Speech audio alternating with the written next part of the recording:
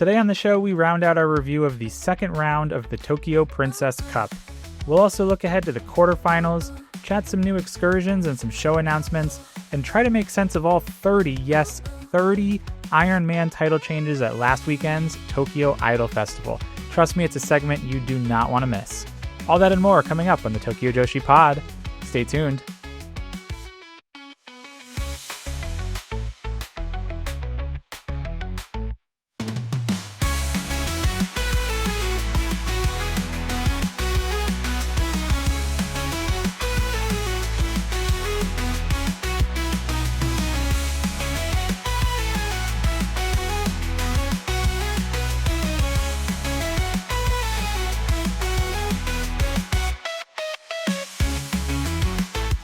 Hello to all you big children out there.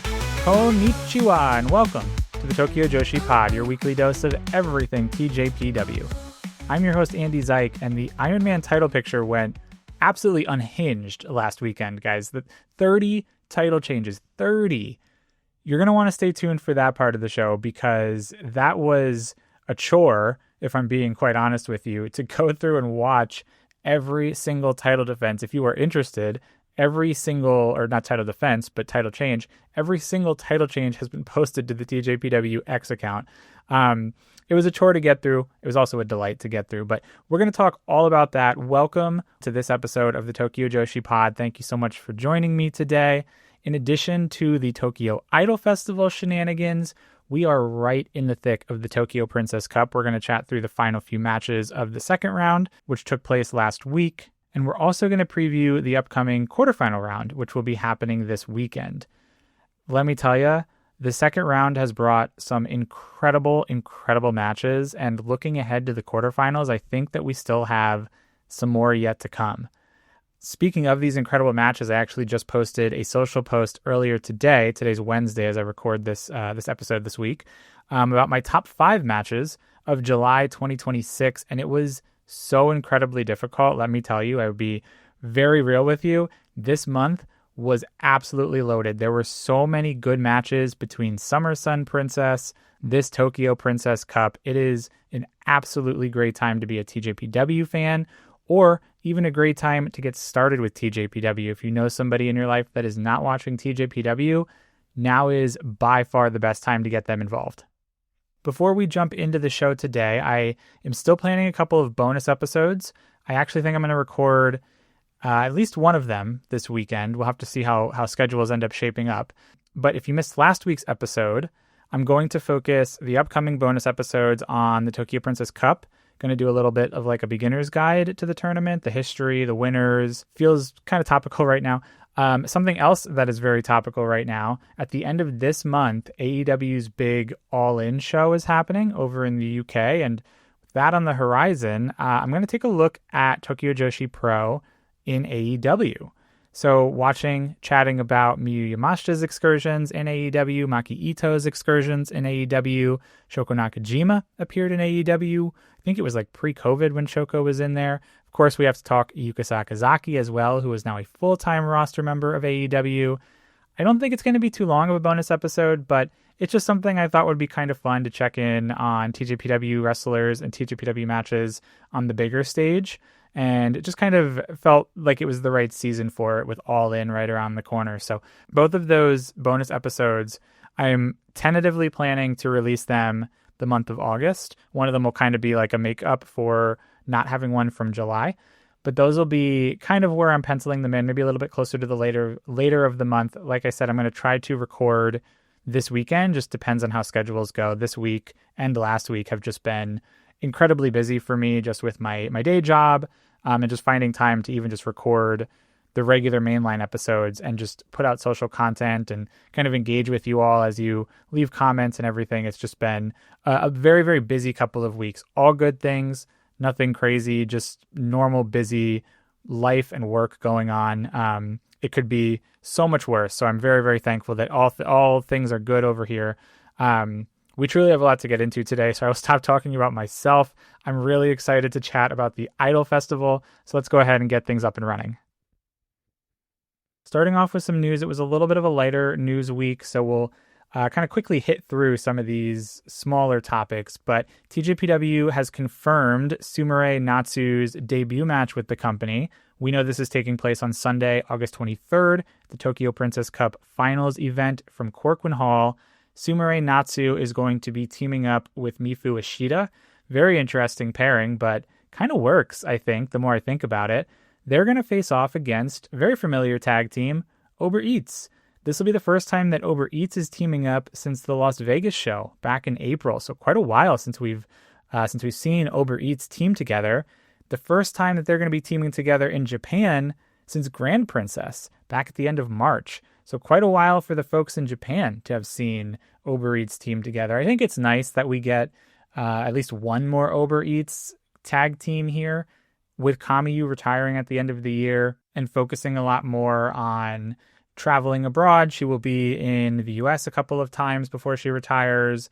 With the it's kind of the matches that she's been put in to date, she's been working a lot with the younger generation. I didn't know if we would see Uber Eats again. I for one, am happy about it. I know a lot of people feel certain mixed feelings about Uber Eats, but I think it will be a nice send-off for Uber Eats. And of course, Sumire Natsu, that's really the focus of this announcement and this story. But it'd be very, very exciting to see how she comes into TJPW, how she meshes with the roster. I think she will do quite well, just from the limited knowledge that I have about Sumire. From what I've been told, she is going to fit quite well. Maybe not quite as good as Sakura Hirota from last month, but looking forward to seeing this. Sumire Natsu will also be on Yuki Kamifuku's produce show a little bit later on in the fall. Another small news story for that same August 23rd Tokyo Princess Cup Finals show from Corkwin Hall. TJPW has announced this brand new initiative called Start Kids. And basically what this is they are, I don't know if you call it a casting call or like, they're just putting out like an application of sorts where elementary school kids can apply on the TJPW or I think you sent an email. I think they're sending in an email to a TJPW email address. And basically what they're applying for is after Rise Shirai reads the opening remarks in the house rules, and then after the Up Girls come out and perform, the Up Girls always do that start call for the beginning of the show. They're going to invite an elementary school kid into the ring to do the start call. So they're calling it Start Kids, and seems like a really neat experience. It seems like a neat experience whether you are of elementary school age or any age as a fan. It just seems like a really neat thing to be able to do. So what a nice thing that TJPW is doing for their younger fans. I also know that TJPW, I believe if your child is under a certain age, they can come to shows for free or at least at like a heavily discounted rate. So TJPW really, really prides themselves on family-friendly entertainment, kid-friendly entertainment, similar to WWE, right? They're very, very much the same product. That was a joke, if you couldn't tell, but I really like this initiative. As far as I know, this is the first time that TJPW is doing something like this. So when this Sunday, August 23rd, Tokyo Princess Cup Finals Corkwin Hall show rolls around, and you see a young child in the ring with the Up Girls and Raku putting them to sleep, you will know that this is intentional. You will know that this kid actually applied to be in this position. So cool thing from TJPW. Thought I'd share it. All Rise 2-6 has also been confirmed for later this year. It will be on Sunday, November 8th. This is the November Corkwin Hall show. This was the show last year that saw Uda Takami cash in her next-gen tournament victory, and she ended up challenging Arisu Endo, who was the International Princess Champion at the time. We also saw J-Rod in TJPW at this All Rise show last winter, November. She challenged for Miyu Watanabe's Princess of Princess Championship. That was, of course, the famous match where Miyu swung her around, and then before that, made a cardboard cutout replica of J-Rod and swung that around. So All Rise is not necessarily one of the big three TJPW shows, but it is certainly establishing itself as one of the more popular Corkwin shows. And of course, we got a ways to go before this, like I say, November 8th, but TJPW is getting this on the calendar, and I'm sure they're going to start selling tickets sooner rather than later. And then finally, also something that is, I would say, back on the calendar rather than on the calendar, Love and Peace, the second iteration of the Malaysia tour, has finally been rescheduled. If you recall, Love and Peace was announced, I want to say back in like March or April. It was much earlier in the year, and it was actually supposed to take place, again, taking a stab in the dark here, I think it was May. And then they ended up having to postpone it just due to general world economics. I know it doesn't sound like a reason why TJPW would postpone a show, but there was a lot happening earlier this year in the world. There still is, quite frankly. And so TJPW just didn't think it was the right time to be able to do an international show like this, or an international partnership show. Well, all that being said, they have quietly rescheduled these Love and Peace in Malaysia shows. They actually announced them at the Tokyo Idol Festival, which coincidentally was also called Love and Peace. The Love and Peace Malaysia shows are rescheduled for Saturday, October 31st, Halloween, and then Sunday, November 1st. So again, a little bit of a ways to go here before we get to these shows, but it's really great to see that TJPW was able to find the right time to book these, or reschedule these, I should say. This is about a month before TJPW will turn around and then head to Texas for their second U.S. tour of this calendar year. Third U.S. tour, I guess, if you count Vegas. Shifting gears now, we have a show to review this week, the 13th annual Tokyo Princess Cup Round 2, Part 2, which happened all the way almost a week ago now, actually over a week ago by the time you are listening to this. It went down on Thursday, July 30th from the Shinjuku Face, one of the final times that TJPW will be at the Shinjuku Face. And this show was quite good. There was obviously the second half of the second round of the Tokyo Princess Cup. On paper, a lot of these matchups looked really good, but I mean, truly, all four of these second round matches really, really showed up. Looking forward to chatting through all of this here in just a moment. This show was live on Wrestle Universe. It was about 2 hours, 20 minutes. Kira Summer was still on her Australian excursion. She should be back soon. I believe she's either coming back at the Princess Cup Finals Corcoran Hall show or shortly thereafter. There were 361 people inside of Shinjuku Face. This was a full house. The last time TJPW was here was just back in May on their spring tour, where they drew 335. Very comparable number, about 27 to 30 extra people this time around. But I've said this before when we cover these Shinjuku Face shows, you can absolutely bet that every single Shinjuku Face show between now and the time that venue closes, and this is not just for TJPW, it's for any wrestling company, these shows are going to be sold out. People are going to want to be at Shinjuku Face, and they're going to want to experience that venue at least one more time before it closes down for good. We opened up with Rise Shirai giving her opening remarks and her house rules, and then the Up Girls came out, and Shino Suzuki is back. This was another big part of this show. Shino Suzuki was making her her return, I should say, back into the wrestling ring, both as a professional wrestler and as a member of the Up Girls. The Up Girls sang Kawatsuyo Challenger. We opened up with a 6-woman tag team contest. Yuki Kamifuku teamed up with Sakura Hattori and recently debuted Momosato. They took on the team of Chika Nanase, Shion Kanzaki, and Ren Kanatsu. Kamiyu forced Sakura to start this one out against Shion before she tagged in to face Ren. Ren tried to use some of that sheep keychain trickery that she's been using the past few weeks, but Kamiyu really wasn't falling for all that youthful exuberance. She wanted nothing to do with that. She tagged in Momosato. She taught Momo how to cheat a little bit. They were kind of using, they were doing big boots in the corner. Very impressionable, Momosato. Not only has she recently debuted, she's 15 years old, and Yuki Kamifuku is an interesting person to kind of show her the ropes here, and we see it here with a little bit of cheating, but Momo was so excited about this that she immediately lost the advantage of the match to Ren and Shion and Chika. She does manage to tag out back to Kamiyu. Kamiyu hits Ren with a number of big boots. She ended up having a go with Chika before we then saw some pairings of Sakura and Chika and then Sakura and Shion. Things break down. Kamiyu eliminates both Chika and Ren with a little bit of help from Momosato. That ultimately clears the way for Sakura to lock in her Shinden Fudorio reverse front choke onto Shion Kanzaki. She gets the submission victory in 10 minutes and 20 seconds. Our next contest was the return of Shino Suzuki in a tag team contest. Shino Suzuki was tagging with the Popping Sugar Rabbit Mizuki, heck of a person to team with in your return. They took on the team of Haru Kazushiro and Miyu Yamashita. Something that I thought was a little bit odd right from the get-go here is that the team of Mizuki and Shino entered to Mizuki's music. I know, obviously, Mizuki is the senior between these two competitors, but you would think with this being Shino's return match that they would, I don't know, throw her a bone and enter to Shino's music, and it's the first time that people would hear it, and I mean, she's been out for at least 3, 4, 5 months. I just thought that was a little bit peculiar. I wanted to mention that. We started this one off with Shino volunteering to start. She was very, very warmly received by the crowd. The crowd was very, very excited to see Shino once again.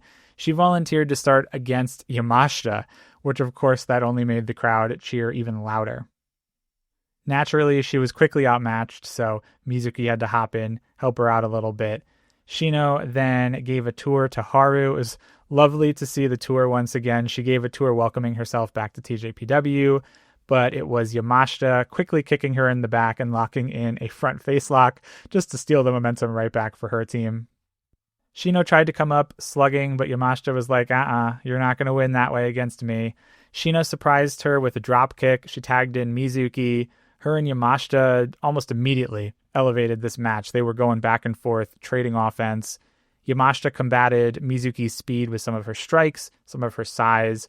She tagged in Haru. Mizuki meets a crossbody with a drop kick and then brought Shino back in.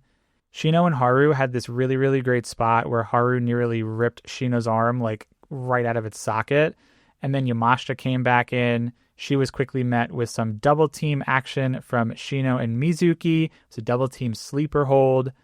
Mizuki decided to handle Yamashita, which left Haru and Shino alone. She really set Shino up to take control here, bring this one home, close it out, but it was unfortunately Haru that locked in the Izuyoi for our second straight submission victory of the show in 11 minutes and 16 seconds. I say unfortunately, nothing against Haru Kazushiro, but it would have been nice to see Shino get a win in her return match. Afterwards, it was all good though, all hugs and smiles. All 4 of these women were very, very excited that Shino was back in the ring, and you have to imagine that after being out for so long, it was great for Shino to just get back into her element, and great for all of her friends and her coworkers to see her back. I said this last week when we previewed this show, but it is lovely that Shino is happy and healthy and refreshed, and whatever word you want to put to whatever the reasoning was for why she was out. I'm sure we will never quite know the specifics, but it's just lovely to see her happy and healthy and back in the ring once again. She brings that fire that only Shino can bring. Before we got into our tournament matches of the show, we had one more contest, an 8-woman tag team match. Rika Tatsumi, Arisu Endo, Wakana Uehara, and Uda Takami comprised one team. On the other side, we had Hyper Misao, Raku, Himawari, and Mifu Ashita. Now, this is functioning as a bit of a double preview match. It is previewing our quarterfinal matchup between Rika Tatsumi and Hyper Misao, and then our other quarterfinal matchup between Arisu Endo and Himawari. Also worth noting, going into this contest and also leaving this contest, Raku was the Ironman champion. Now, before the opponents arrive, Misao's team entered, and Misao very quickly grabbed the microphone to reveal her strategy, which was to isolate Rika Tatsumi during the entrances for the team, and then her team would defeat Rika 4-on-1. So as Uda, Wakana, and Arisu are all coming out, of course, the team all comes out together. They're coming out to Rika's music. As they are introduced one by one in the ring, each and every one of them is cold sprayed in the face and then wrapped in Raku's duvet. Rika was very blissfully unaware that the rest of her team was just missing. Really all the way up until the start of the match, she very casually started the match 4-on-1. Didn't seem to question where everybody else was when Fumarine was kind of checking for any foreign objects and just kind of making sure everybody's ready to start the match. Rika just didn't seem to care. She was very blissfully ignorant. We immediately had a 4-way Oyasumi Express. Rika kicked out of that and then finally came to her senses and was like, where the heck is my team? She ended up rescuing her teammates who were tied up outside of the ring. And then the match from that point on truly began a little bit more in earnest. There was a variety of combinations to start us out, including Uda and Misao, Raku and Wakana, where Raku actually tried to shin kick Fumarine, which I thought was kind of bold, kind of out of character for Raku. And then we also saw Himawari and Wakana. Arisu tagged in to preview her bout with Himawari for a little bit. She brought some aggression that was countered with some Himawari hair whips. Arisu ended up tying Himawari's hair into a knot and then drove her face down into the canvas. She got in a pretty early camel clutch, which Himawari very nicely rolled backwards into a pin attempt. Arisu also tried to go for a very early Juno Okite. Himawari countered that as well. They tagged in Mifu and Rika. Mifu surprisingly had the early advantage. She was using a lot of her flexibility to combat Rika, but Rika was able to get a figure 4 slapped on. Misao just kind of casually walked in while the figure 4 was on and then rolled them over, and no one stopped her. The referee didn't stop her. No one from the other team stopped her. Just casually strolled in there, rolled them over to like flip the momentum or flip the, what did they used to say back in the day? Flip like the pressure of the figure 4 or whatever it was.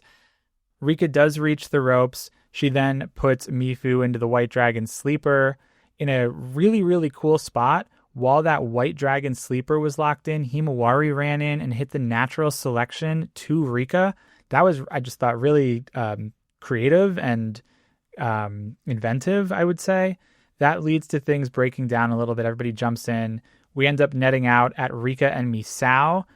Keep in mind, Misao is not the legal person here. Those two traded strikes. Misao went for the Haipami returns, but Arisu hopped in to help out Rika.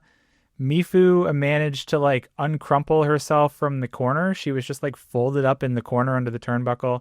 She is the legal woman in this match. She lands an X Factor, but Rika powers her way into a hip attack, and that is good for the 3 count at 10 minutes and 36 seconds. Now, I mentioned at the start that Raku is the Ironman champion, and at the end of this on the way out, Rika chased her down all the way to the entrance area of Shinjuku Face. She tried to roll her up right in front of the curtain, but Raku was able to kick out, and she ended up running away to the backstage. And then she did give a couple of comments, nothing really of importance to discuss, but she almost lost the Ironman title, but she survived truly for just a day, because the very next day on Friday, she was up for a tough challenge. We'll talk about that in just a little bit. Our first of 4 Tokyo Princess Cup second round matchups was between Toga and Mihiro Kiryu. These two have met once before, with Mihiro being the one to pick up that victory. Mihiro, of course, got a first round bye to make it into the second round. Toga defeated Momosato. They strung together a little bit of chain wrestling to start out. Toga was dodging a couple of Mihiro's apologies. They traded some shoulder tackles before Mihiro managed to actually apologize. Mihiro remained mostly in control after the apology. She was trying to target Toga's legs, but Toga swung the tide with some elbows, some body slams. Mihiro popped up pretty quickly after a rolling thunder. They really were trading offense quite evenly throughout most of this match.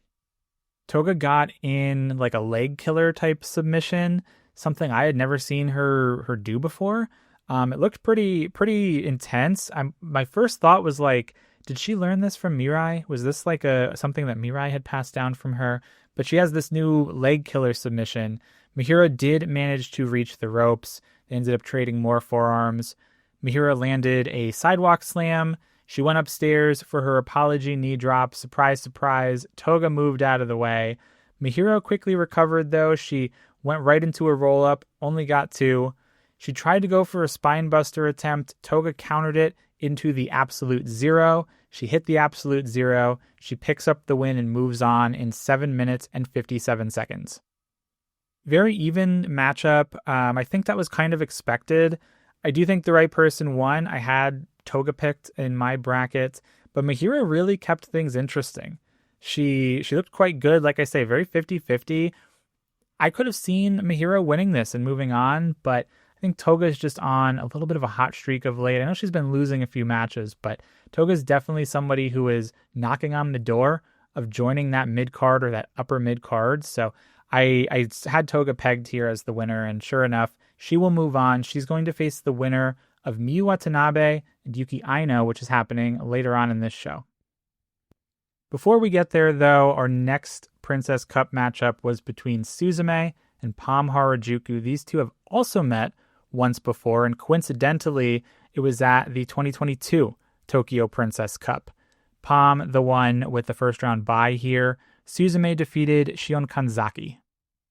Now, of course, Pam being Pam, she comes prepared. She has her strategy. She entered with a beekeeper net, and right from the get-go, Fumarine was like, what you got there? Like, that's not allowed in this wrestling ring. But Pam just hit it behind her back. She's like, no, nothing to concern yourself with. Go check Suzume. Suzume might be having some weapons on her.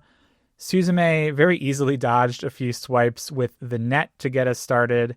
Pam did connect with it on the third try, and Suzume was not amused. There's a really lovely picture on the TJPW website of Pam trying to capture Suzume in this beekeeper net, and the side eye from Suzume is fantastic. She was so upset, she grabbed the net, she tossed it into the crowd, then began just wrestling circles around Pam very, very quickly, causing Pam to head outside. She needed to take a breath.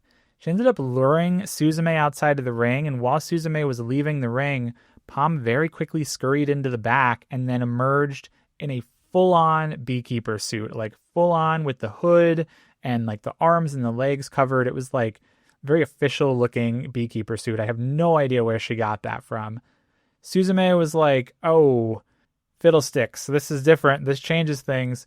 Pam captured Suzume in a much larger net that she had with this beekeeper costume. They're still outside the ring, by the way. And then she managed to carry her over to the bell table where Rise and Tetsuya Kota sit. She started like moving things around on the table. Kota's like, dude, come on, seriously? She ends up tying Suzume to the railings. Remember, this is Shinjuku Face. There's like an elevated platform. She tied Suzume to the railings and then hit the Den Den Daiko over the top of the railings. She then decided to drag Fumarine back into the ring. This is while Suzume is still tied up. Dragged Fumarine back into the ring and just said, okay, start counting her out. Honestly, not a terrible strategy from Pam. Suzume did manage to escape, but in the meantime, Pam had forced Uda into the beekeeper outfit and just tossed Uda into the ring. I mean, Uda's much smaller. You would think that maybe someone would pick up on that, but I guess inside of that large beekeeper suit, it might have been a little tricky. Basically, what she was trying to do was toss Uda in the beekeeper suit so that Suzume would think it's Pam, it's herself, and then sneak up from behind her. Unfortunately, that surprise attack failed. Suzume figured this out pretty quickly. She ended up hitting a facebuster and a crossbody. Pam rolled out of the honeycomb submission. She blocked another facebuster. She actually got in a submission of her own, which we hardly ever see Pam do any submission maneuvers. Suzume reached the ropes. She came up with another facebuster, tried to go for the ring-a-bell. Pam blocked that into a roll-up for a really, really close 2 count. And then she hit the Pam to justice, and the crowd was like a little bit behind Pam here. She puts the beekeeper suit back on, tried to power up with the power of the beekeeper, but Suzume very quickly hit a ring-a-bell while Pam was in the beekeeper suit. Suzume advances in 9 minutes and 23 seconds. Afterwards, Suzume just like viciously started to beat Pam with the beekeeper net. You could tell she was really, really enjoyed what happened here today. She was not holding anything back. I think they did a good job making this feel like a touch more competitive than it would have been on paper. Truthfully, Pam had an effective strategy. If you're watching this as a fan, Pam busted out all of the stops to be able to defeat Suzume here, but just couldn't quite get it done. She tried the count-out strategy, she tried the beekeeper strategy, she tried the bait-and-switch strategy. She really was trying basically everything she had in her arsenal, well beyond what a 3-year-old you would think would be able to come up with, but unfortunately couldn't quite get it done.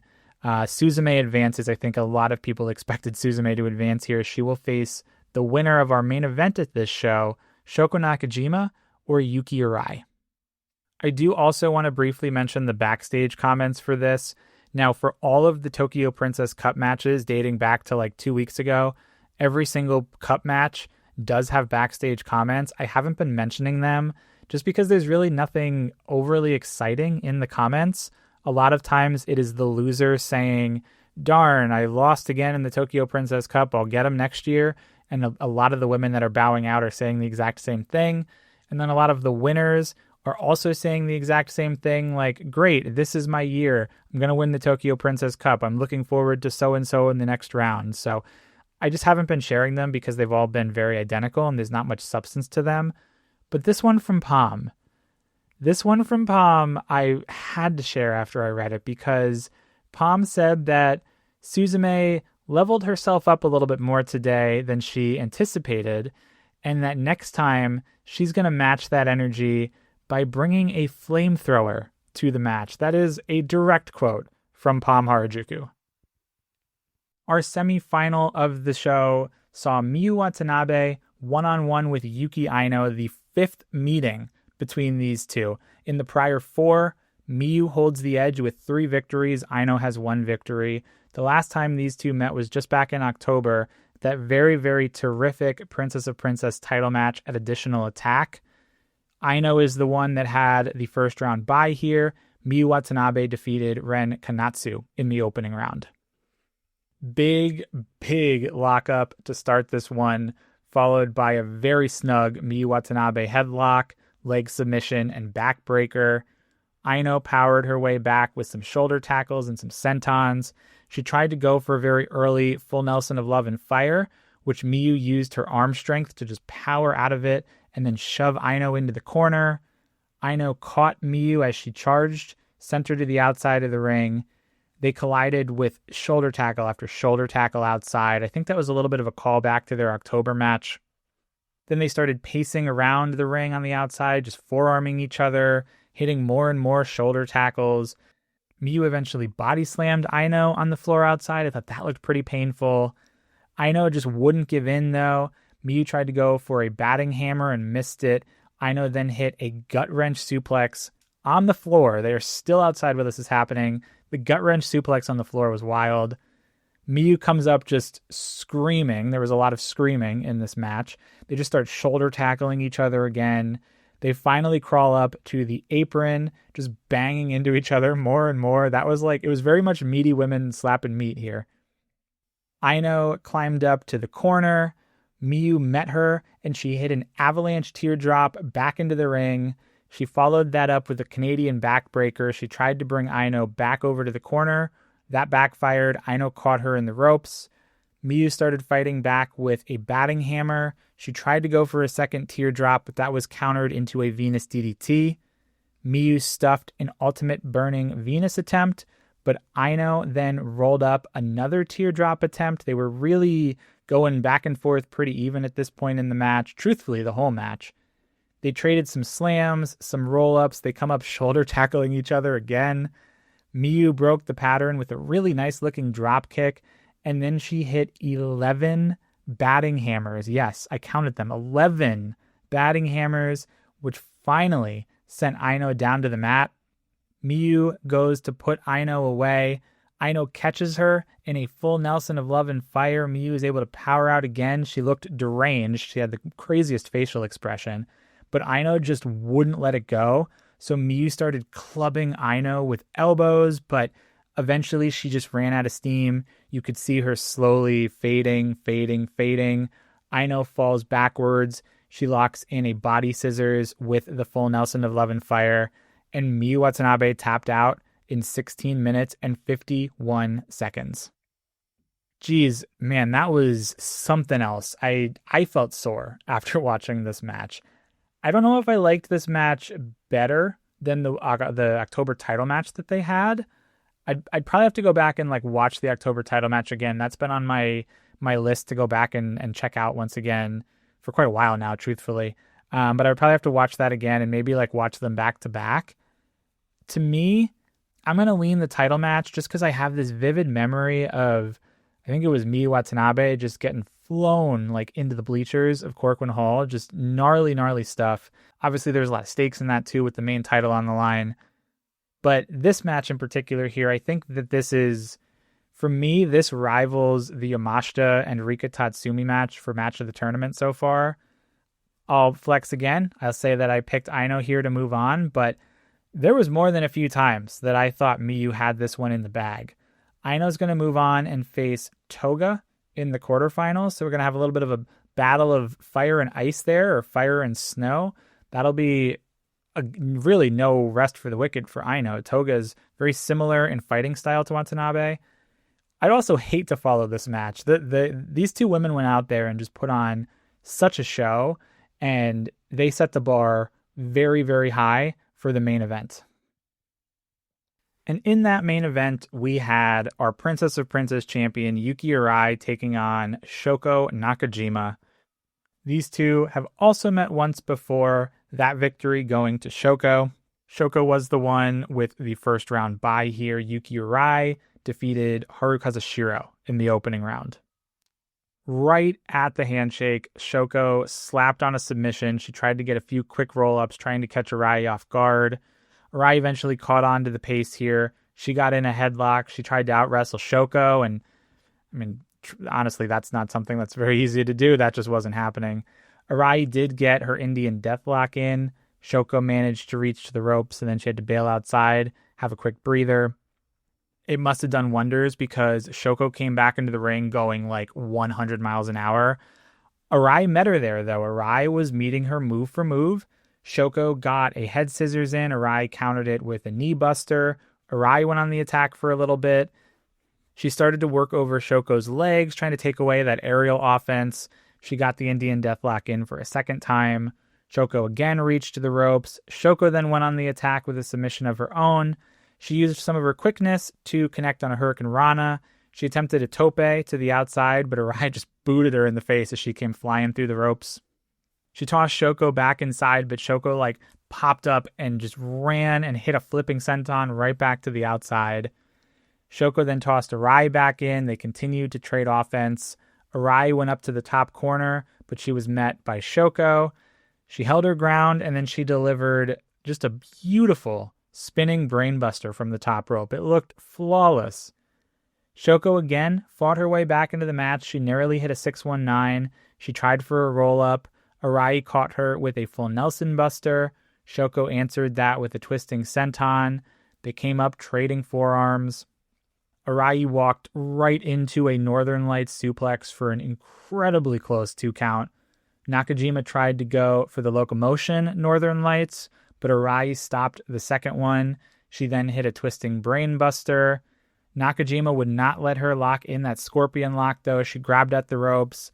She had a quick 619. She hit that double underhook DDT, that really stiff-looking DDT that she does. She missed her top rope senton, though. Arai moved out of the way, and like a shark smelling blood, Arai rushed to put the scorpion lock on, but just as she got it in, Shoko rolled her up and got the quick victory at 15 minutes and 32 seconds. Afterwards, Shoko was kind of grabbing at the Princess of Princess title, and Arai was like, no, this is still mine. We didn't have a title match here today. Shoko ended up closing out the show saying that a lot of these matches get tougher as she gets older, but she is the one that is standing tall today, and that next up for her, she's going to go home and she's going to sleep like a log. I said it before this match that I would hate to follow the semifinal, but these two went out and just so casually did just that. I think that Shoko gets a title shot in the near future now, regardless of whether or not she moves on to win the Princess Cup or not. I think she gets a title shot. She pinned the champion, right? That is normally, that would qualify you for a future title shot. I think there is a lot of ways that they can go with that. Either Shoko bows out early, and then they do a title shot at that October 23rd Korakuen Hall show. Maybe it's the semifinal to the Princess Cup finals. Or maybe Shoko challenges after Wrestle Princess 7 once the winner of the Princess Cup gets their title shot. Maybe Shoko comes out and then challenges. Or maybe Shoko just wins the cup. Maybe it's as easy as that. Maybe Shoko wins the Princess Cup and challenges on the 23rd. But before we get there, we don't want to jump too far ahead for Shoko. She is now squaring up to face Suzume in the quarterfinals. One heck of a follow-up to last weekend's second round matches. The second round really, really picked up the pace after that so-so first round that we had. To me, there have been 3 potential matches of the tournament already, just through 2 rounds. For me, those are Rika and Miyu Yamashita, Shoko and Arai that we just talked about, and then Aino and Miyu Watanabe that we just talked about. Personally, I'm still leaning towards Yamashita and Tatsumi. That is my personal favorite that we've gotten so far. But guys, we're only in the second round. Isn't that wild that there's 3 match of the tournament contenders already? And we're only 2 rounds in.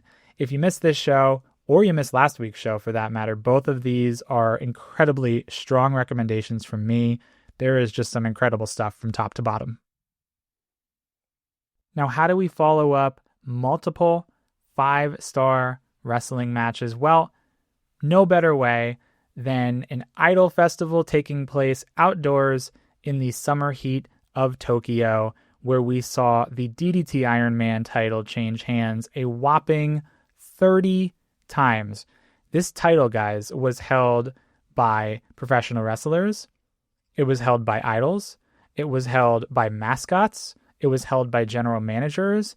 It was even held by a number of inanimate objects and musical instruments. We're going to talk about all of it. I am so freaking excited. Going into this, truthfully, when we previewed this is called Love and Peace, by the way, at the Tokyo Idol Festival. When we previewed Love and Peace last week, I was a little unsure. I was like, okay, I think it was like 12 matches total. And I was like, okay, maybe there's going to be something here that we can talk about newsworthy. Maybe not. Maybe we just go through the results. Guys, I was sorely mistaken. This was quite possibly the highlight of my week, going through and kind of making notes on all of these. It was a chore, like I said in the intro, but it was a heck of a lot of fun.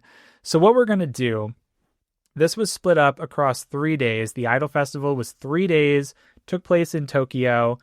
Each day had 2 segments, a morning show and an afternoon show, and each show had 2 matches. So we're just going to go chronologically from Friday to Sunday, morning show to afternoon show, and then if anything takes place either in between the shows or after the shows, we will kind of sandwich that in as we go through. There's plenty of that. So hold your horses here because this is going to be wild. Definitely buckle in and hang on.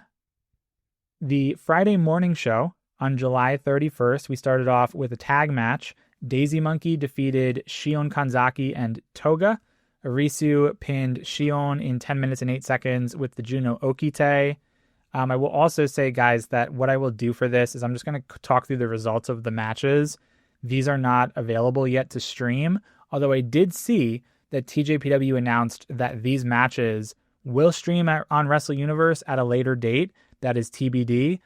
Very, very excited. I was unsure if this would happen because it was part of a collab at an Idol Festival, but apparently they filmed them and they will be put up on Wrestle Universe at a later date. But for now, because I haven't seen them, just going to share the results, and then we'll go in depth about the Ironman title stuff. So Daisy Monkey win that tag match. The second match on the morning show on Friday was a battle royal, which Raku won in 15 minutes even. And because she was the Ironman champion, she defended her title in that battle royal.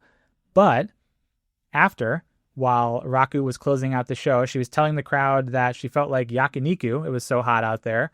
And she was saying, don't turn into yakiniku like Raku. That's a mouthful. Palm, who was also in this battle royal, ended up making an attempt at the Ironman title. And Raku kicked out as Raku was running away. Marika Kobashi, who was also in this battle royal, ended up rolling up Raku and winning the Ironman title. She was the 1,847th title winner. Marika immediately tripped over Raku, who was still down on the ground, and then she was pinned by a girl by the name of Amanda from KLP 48, and Amanda became the 1,848th Ironman champion. At the end of this, the KLP 48 idol group then performed a concert, because this was a collab show, and I kid you not, Amanda wore the title belt the entire time that she was in the ring performing the concert. That's dedication. In between the sessions, Amanda was asked to give some backstage comments about her victory. Mifu Ishida arrived to congratulate her. Very nice thing to do. Mifu decided to shake her pom-poms in congratulatory efforts and ended up shaking them right in Amanda's face, which caused Amanda to give up because she just wanted that to stop. I don't blame her. But Mifu Ishida then won the Ironman title, the 1,849th winner. That leads us into the Friday afternoon show. That opened up with the tag team matchup between Daydream and Chika Nanase and Haru Kazushiro. Daydream won when Miyu pinned Chika Nanase with a teardrop in 14 minutes and 14 seconds. Then we had a 6-woman tag team matchup. Yuki Aino and Kiraku Kiyome teamed together. They ended up defeating the team of Ren Kanatsu, Miyu Yamashita, and DDT Ironman champion Mifu Ishida because Shoko pinned Mifu Ishida with a Northern Lights suplex in 9 minutes and 44 seconds. Shoko Nakajima won the Ironman title in this matchup, the 1,850th champion. Afterwards, Misao, her Kiraku Kiyome partner, Hyper Misao, was celebrating with her. But then Misao turned on her. She kicked her in the stomach and she pinned her. Misao became the 1,851st champion. Shoko was immediately like, hey, give me that back. That's mine. They were tussling over the belt, which sent Misao to the mat. And idol Ai Asakura from Neo-Japanism ran over and pinned Hyper Misao. And Ai Asakura won the title, and she is the 1,852nd champion. Mifu Ishida then took the microphone to congratulate her. She said, go, go, Ai-chan, give up. And then Ai responded, give up. And that awarded Mifu Ishida the title. Mifu became the 1,853rd champion. Naturally, Ishida was booed very, very loudly, and Misao started scolding her. Shoko, in the background, you could see she was kind of conferring with an idol from Gangratsi, Shiori Futaba, and basically she picked up Shiori, and Shiori kicked Mifu and then pinned her to win the title. Shiori became the new Ironman champion, the 1,854th champion. Shoko then immediately turned on Shiori, bit her on the arm, and then naturally Shiori gave up. Of course, if somebody bit you, you'd probably give up as well. And Shoko then became the latest champion, the 1,855th champion. Now, immediately backstage, Shoko Nakajima was giving some comments when Pokotan arrived to congratulate her, the DDT mascot Pokotan, former Ironman Heavymetalweight champion. As they were bowing to each other, Pokotan's giant head headbutted Shoko, knocking her out cold, and Pokotan was like, well, you know what? Might as well take advantage of this situation. He pinned her to become the 1,856th champion. Now, later on in the day, this Idol Festival had a bunch of talk events and, of course, Idol performances. Later on, Pokotan crashed a talk event that was being held by Niji no Conquistador Idol Group. They also had some TJPW wrestlers there as special guests. Basically, Pokotan showed up and challenged the idols to a dance competition, which kind of sounds like an unwise choice for Pokotan. It was Karen Matoba who stepped up to the challenge. Pokotan naturally failed miserably, he fell over, and Karen, or I think Karin would be the way you pronounce it in Japanese, pinned him, and Karin won this title belt, 1,857th Ironman champion. And as Karin was giving some comments afterwards, Pokotan wanted his revenge. He snuck up behind her. He placed his giant mascot head over her head, scaring her into submission. But the referee awarded the title to Pokotan's head. So Pokotan's head became the 1,858th champion. We're still not done with the day because backstage, later on, an idol by the name of Mone Kitazawa from NGT48 stumbled across the Pokotan head. She accidentally put both of her hands on top of it, and wouldn't you know it, there was a referee there who counted the 3 count, and Mone ended day 1 as our champion, the 1,859th champion. That's just day 1, guys. That brings us to Saturday, August 1st, the morning session. Before anything started wrestling-wise, Pam Harajuku approached Mone, the current champion, and offered to help teach her the giant swing. She said, hey, I saw that you were talking about the giant swing online. Side note, they were actually doing this fun mini game where an idol got to nominate herself to take the giant swing from Miyu Watanabe. There was no prize. There was no reason for this. It was purely just an experience for the idols. And they did this a couple of times throughout the weekend. So I think that's probably why Mone was talking about this on social media. Well, Pam goes to her. She's like, hey, I hear you have a lot of interest in this. I can help you. I can teach this move to you. I can help you train for this move and tell you more about it. Mone was like, cool, thanks. That's very nice of you. Of course, it's Pam. So Pam had a trick up her sleeve. She just put her in a sleeper hold instead. Mone ended up giving up, and that gave Pam the belt. Pam, the 1,860th champion. That leads us into the action for the Saturday morning show. Sakura Hattori and Toga teamed up together in a tag contest where they defeated Wakana Uehara and Chika Nanase. Sakura ended up submitting Chika with the Shinden Fudorio reverse front choke in 8 minutes and 36 seconds. The second matchup here on the morning session was another battle royal, which Pam Harajuku won in 12 minutes and 40 seconds, effectively defending the Ironman title. Shoko Nakajima was in this battle royal, and afterwards, during the commemorative photo, she tried to roll Pam up to win that title. But what Pam did was she grabbed an idol by the name of Reina Seiji from NGT48 and started using her as a human shield.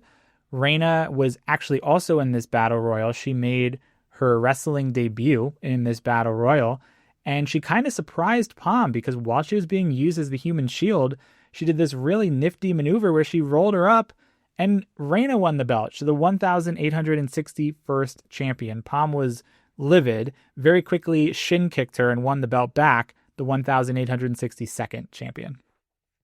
All of this took so much out of Pam that backstage, while she was giving some brief comments, she said that she was exhausted. It was so hot outside. She had a soft drink with her. She decided to just lay back and take a quick nap because she was just so tired and the heat was getting to her. Unfortunately, she left the soft drink on her chest. Referee appeared out of nowhere, counted a pinfall, and the soft drink became the 1,863rd champion. Before we got to the afternoon show, an idol by the name of, this is the one that always trips me up, Zarachahioni Saito, who is a part of Fishbowl. I'm probably mispronouncing that name. I'll call her Saito. Saito accidentally drank the drink backstage, and she became the new champion, the 1,864th champion. That led us right into our opening match, a tag team contest, where Hyper Misao and Haru Kazushiro defeated the team of Yuki Arai and Shino Suzuki when Misao pinned Shino with the Haipami returns in 8 minutes and 19 seconds.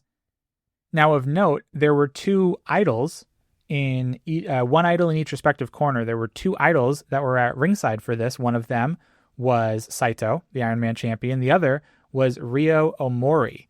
And before this match got underway, Misao basically concocted this crazy stipulation, of course, because she's Hyper Misao. You can't just have a normal tag match. She said that whoever wins this match, the idol in their respective corner would then win the Ironman title. So in the corner of Shino and Arai was Saito, and then in the corner of Misao and Haru, the winners, was Ryo Omori from Mascarpiece. And because Misao and Haru won this contest, Ryo Omori became the champion, the 1,865th champion. This, of course, was a giant scheme because, again, guys, it's Hyper Misao. What else were you expecting? Misao immediately puts her into a sleeper hold, wins the title, the 1,866th champion. But as she was celebrating, out of nowhere comes our Ironman champion, Mihiro Kiryu. She rolls up Hyper Misao, wins the belt back, 1,867th champion. It's been wild, guys, but be ready because we are going to shift into yet another gear here. The second contest of the afternoon show here was this 6-animal tag team match. In this 6-animal tag team match, we had Ren Kanatsu, Raku, and Mizuki, and then we had a team of Miyu Yamashita, Mihiro Kiryu, Ironman champion, and Tama. Now, if you did not listen to last week's preview episode, Tama is a bipedal seal and self-proclaimed social misfit from an educational TV show about working part-time jobs. What I didn't know when I previewed this show, as if it couldn't get any kookier, Tama carries around a kitchen knife. And you bet your butt that Tama brought the kitchen knife to the ring for this matchup. The team of Yamashita, Mihiro, and Tama ended up defeating their opponents. Naturally, one of them has a frickin' knife with him. Mihiro pinned Ren Kanatsu with a spine buster in 11 minutes and 7 seconds, effectively retaining her Ironman title. Now, after this match was over, unfortunately, guys, we might have seen the end of Mihiro Kiryu. She was stabbed with Tama's kitchen knife, And after committing a very quick murder, Tama became the Ironman champion, the 1,868th champion. Miyu Yamashita was like, bro, this is wrestling. Like, what? You have crossed the line. She very quickly wrestled away the kitchen knife, and then Tama actually conceded the belt over to Yamashita because she was holding him at knife points. And Yamashita becomes the 1,869th champion. Later on in the day, her experiences with mascots were not over. She fended off an attack from Pokotan, literally kicked his head off, and Yamashita ends day 2 as champion. She did return the knife to Tama, which was probably not the wisest choice. Tama, the bipedal seal, self-proclaimed social misfit from an educational TV show about working part-time jobs. I do not know how the kitchen knife factors in, but boy, it was sure effective. Still only through 2 days, guys. There's still one more day. That brings us to Sunday, the morning event on August 2nd. Started off with another tag contest. Shoko Nakajima, Yuki Aino defeated the team of Wakana Uehara and Momosato. Shoko pinned Momosato with a Northern Lights suplex in 9 minutes and 30 seconds. The second contest of the day, a 6-woman tag team match with Kick Slash, Miyu Yamashita, current Ironman champion, and Sakura Hattori. They teamed up with Marika Kobashi. They defeated the team of Himawari, Chika Nanase, and Toga. Yamashita pinning Chika with an attitude adjustment in 13 minutes and 1 second, again defending that title. Afterwards, though, Yamashita was rolled up and pinned by no less than 10 people, and it took a minute for the referee to, it was like a football fumble. It took a minute to figure out who was at the bottom of the pile. Well, at the bottom of the pile, pinning Yamashita was an idol by the name of Marina Kumamoto from Niji no Conquistador. She becomes the new champion, the 1,870th champion. Almost immediately, she conscientiously decided to return the title back to Yamashita because she was afraid one of the other Niji no Conquistador members would attack her for it, so Yamashita gets that title back within moments, the 1,871st champion. Yamashita did end up giving some backstage comments. She too was exhausted. I mean, wouldn't you be? You held somebody at knife point the day before. She was just so exhausted, so dehydrated. It was so hot this weekend. All of a sudden, we started to hear some singing, some very distant and faint singing, almost like a lullaby. And Yamashita was like, I just need to rest my eyes for a short while. And while she was doing that, Raku appeared and very quietly pinned her. And Raku became the 1,872nd champion. That leads us into the Sunday afternoon show on the 2nd. Started out with a 6-woman tag. Arisu Endo, Yuki Arai, and Haru Kazushiro defeated Shion Kanzaki, Yuki Kamifuku, and Mizuki when Arai submitted Shion with the Scorpion Lock in 9 minutes and 43 seconds. The next contest on this one was a tag match. Miyu Watanabe and Uda Takami defeated Raku Palm when Miyu pinned Palm after a teardrop in 11 minutes and 28 seconds. Raku was not pinned, so she did remain the Ironman champion. And afterwards, she wanted to sing another lullaby. She was like, I had so much success. I don't know what she was trying to accomplish with the lullaby, but she took the microphone and very directly said, I'm going to sing again here. And she called on an idol by the name of Aya Kajishima from Up Up Girls 2. Aya was in the corner of one of these two teams. Apparently, Aya has this hidden talent where she can play the recorder, but she can actually play it with her nose. Kind of weird, kind of gross, but interesting, I guess, nonetheless. Well, Aya was basically accompanying Raku as Raku sang this lullaby. Aya was nostril playing the melody, and it got to the point where even Raku got a little bit tired. Raku decided to lie down, and Kajishima was like, hey, this is my chance. I'm never going to get this chance again. Kajishima suddenly pinned Raku using the recorder. But because she used the recorder, she effed up, guys. The recorder, the 1,873rd champion. Kajishima quickly realized the error of her ways and pinned the recorder in the middle of the ring. Kajishima then rightfully got the belt, the 1,874th champion. She was then immediately shin-kicked and pinned by Palm Harajuku. Palm, the 1,873rd 5th champion, getting that title back this weekend. A little bit later on, as Palm decided to leave for the evening, the festival was over, everything was good, everybody decidedly, I guess, made a truce that they weren't going to attack Palm. Palm was leaving the locker room, and she was approached by Pokotan. Pokotan could not get enough of this Idol Festival and this Ironman title, and she had a brief tussle with Pokotan. Pokotan ended up choking her out with a sleeper hold and then hit what looked like a finally kick. It was a very low finally kick. If you go onto the TJPW website, they called it the ultra low altitude finally kick. That was enough to pin Palm, and Pokotan ended up winning the title. But before accepting it, he crossed his arms. He said, no, hold on 1 second. Pokotan removed his head and revealed Tetsuya Koda. That's right, Austin. It was Tetsuya Koda all along. Tetsuya Koda, the general manager of TJPW, the 1,876th champion. What a story. What a saga. What an event. I mean, there were plot twists. There was inanimate objects. There was all sorts of craziness that went down. I'm being a little bit facetious here. Guys, this was like insane. I had seen this happening over the weekend. I had seen the Ironman title bouncing around quite a bit. I didn't know it bounced around quite this much in quite this way. I mean, I eat this stuff up, guys. Obviously, TJPW podcast guy. I eat this stuff up. I know a lot of you all do too. And I know a lot of you have, when I've met a lot of you, you've spoken to me about how much you love the Ironman title and how much you just enjoy listening to the stories of the Ironman title and the insanity that comes with it. I hope you enjoyed that just as much as I did. Tetsuya Koda, as far as I know, today is Wednesday, August 5th.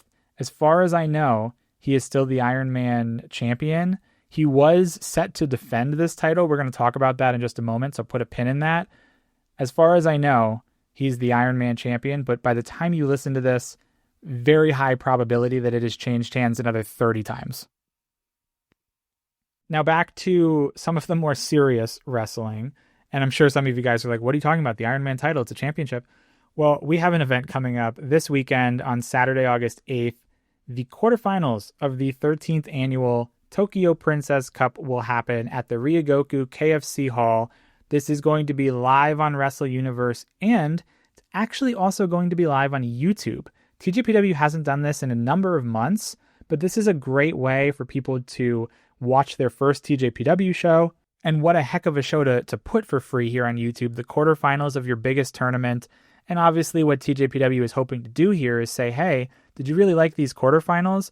Why don't you jump on over to Wrestle Universe, give us your, whatever it is, $7, your measly $7. You can watch the rest of this tournament. You can watch Grand Princess coming up down Wrestle Princess, I should say, also Grand Princess.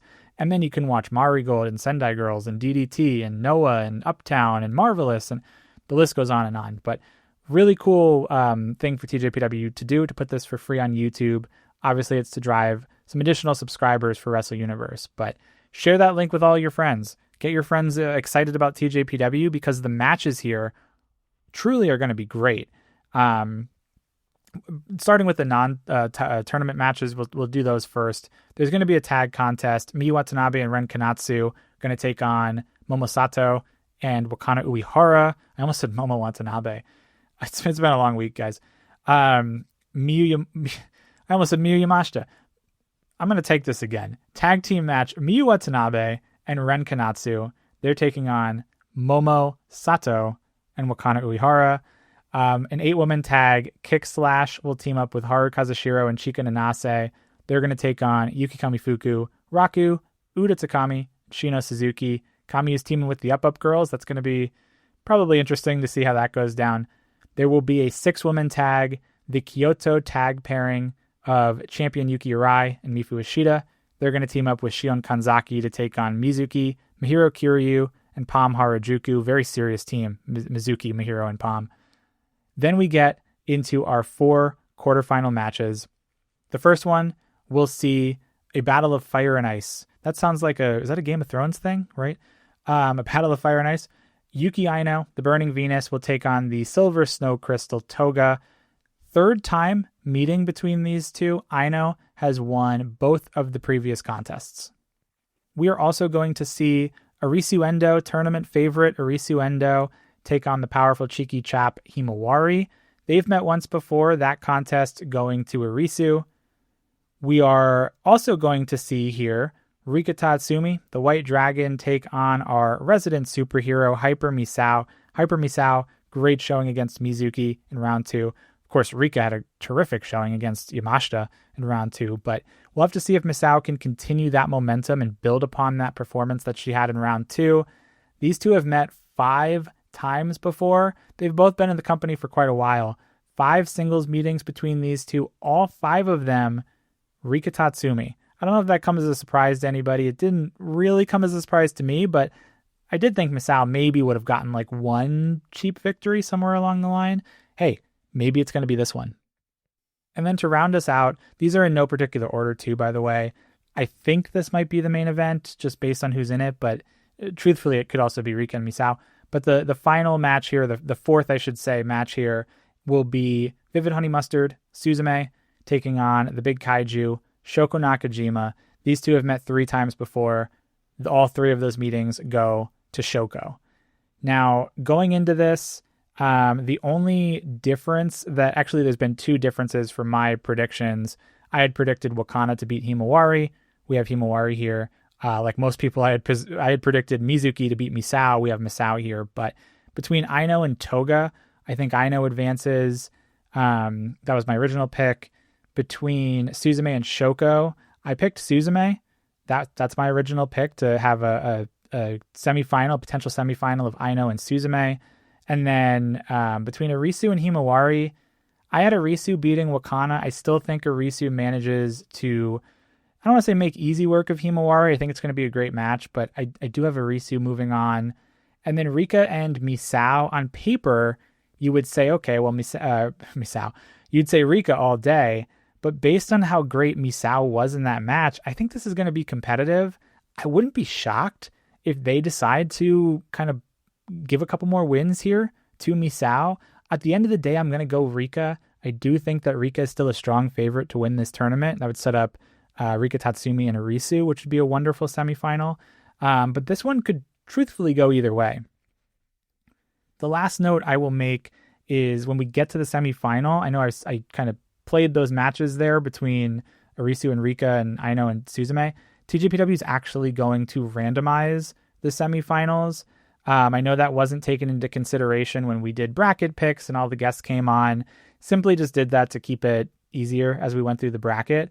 But know that once we hit the semifinals, the matchups are going to be randomized once again. So we will know the 4 competitors in our final 4, but we aren't going to know the match construction until TJPW. Imagine they'll do maybe a drawing at an upcoming event or maybe another YouTube video. But again, guys, Saturday, August 8th, live on both Wrestle Universe and YouTube. I don't think I gave the time. This one's kind of in the middle of our normal TJPW shows. It's going to start 11:30 p.m. on Friday night, the 7th, for you East Coasters. And then if you're on the West Coast like myself, 8:30 p.m. Before we wrap up today, we've talked about so much, guys. We've gone so many places on today's show, from wrestling to idols to mascots with knives. I want to just mention a couple of quick excursions. We'll run through these very, very briefly. This past weekend on Friday, July 31st, Kira Summer competed in Peak Pro Wrestling's Punk Fiction. She had a one-on-one match with Tarly. I have not had a chance to look up the results of this yet. As far as I can tell, Peak Pro Wrestling posts all of their shows onto YouTube. I did not see this show up there just yet, but I'm going to keep my eyes out for that. Also, continuing Kira Summer's Australian excursion, the next day on Saturday, August 1st, she wrestled for Riot City Wrestling on their show Mean Street Mayhem number 66 from Riot with Love. She was in a tag team contest. She teamed with Havoc. They took on the team of Miki Fortune, Kira Summer's sister, and Zach Sabbath. Also, from what I can tell, Riot City Wrestling posts all of their shows onto YouTube. Again, didn't see it up just yet at the time of my recording, but will keep my eyes peeled for both of these events. Something new, and this you're going to have to bear with me because this isn't like really truly an excursion, But today, Wednesday, August 5th, I did not have a chance to see who won this match. So at the time that I'm recording this, this would have taken place. There was a DDT show, Memories of Summer Vacation. The match that we're going to talk about here was, I think it was a tag team match to start. Sanshiro Takagi and a gentleman by the name of Naomi Yoshimura.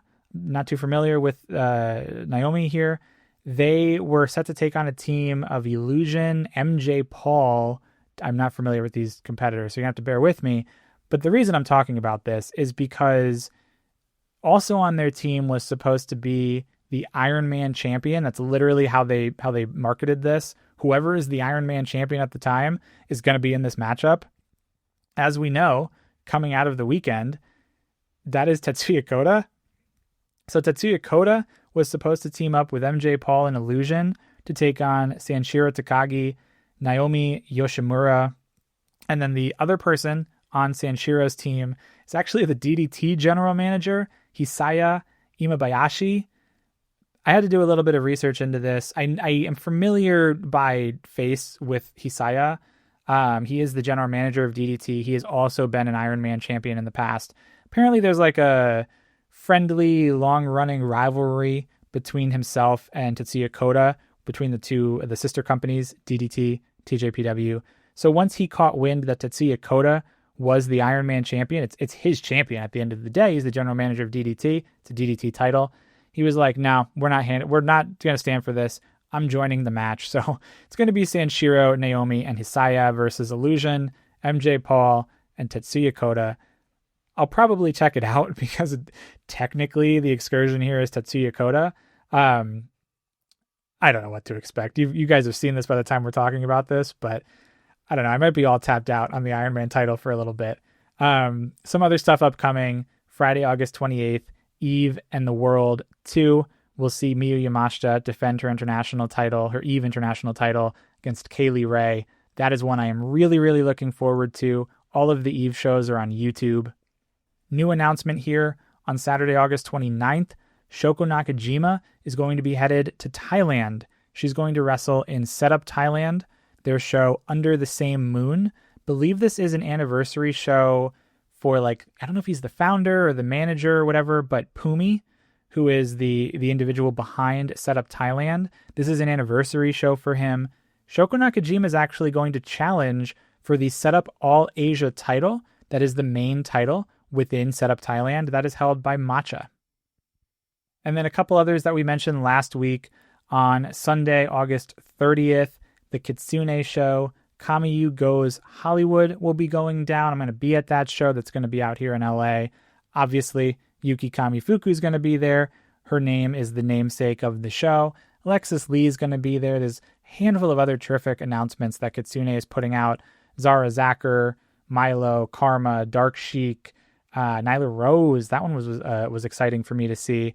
They also just announced the main event of this is going to see Zara Zacher team up with Dark Sheik, and they're going to take on the team of Yuki Kamifuku and Alexis Lee. I'm looking forward to that team. I know Alexis and Yuki are friends and rivals and, bit of column A, bit of column B. I think that's going to be a great main event tag team match. One of Yuki Kamifuku's final stops in America. Like I said, I'm going to be there. Come on and say hi if you're also attending that one on August 30th. And then last but not least, on September 18th, so a ways away, Mizuki will be popping up at Singapore Pro Wrestling Overdrive. Ways to go before that show, so we don't quite know just who she will be wrestling yet. But my goodness, guys, what a show. We really ran the gamut of the types of stuff that we talked about today. That's going to bring us to the end of this episode, maybe mercifully, if you guys are not a fan of the Ironman title. Go ahead, grab your cold spray and your ice packs. Raku said it was quite hot at the Idol Festival. She said she was turning into Yakiniku, so I'm going to give my cold spray and my ice packs to Raku. On next week's episode, we'll review the quarterfinals of the Tokyo Princess Cup. We'll also look ahead to the semifinals of the Tokyo Princess Cup. And remember again, the final four left standing will be shuffled. I hope you enjoyed the show today. If you did, you can subscribe wherever you get your podcasts so you don't miss any future episodes. You can follow us at Tokyo Joshi Pod on Instagram, TikTok, and X. If you want to email the show, tokyojoshipod@gmail.com. But above all else, remember to keep your hearts burning, stay magical, my friends, and we'll see you next week on the Tokyo Joshi Pod.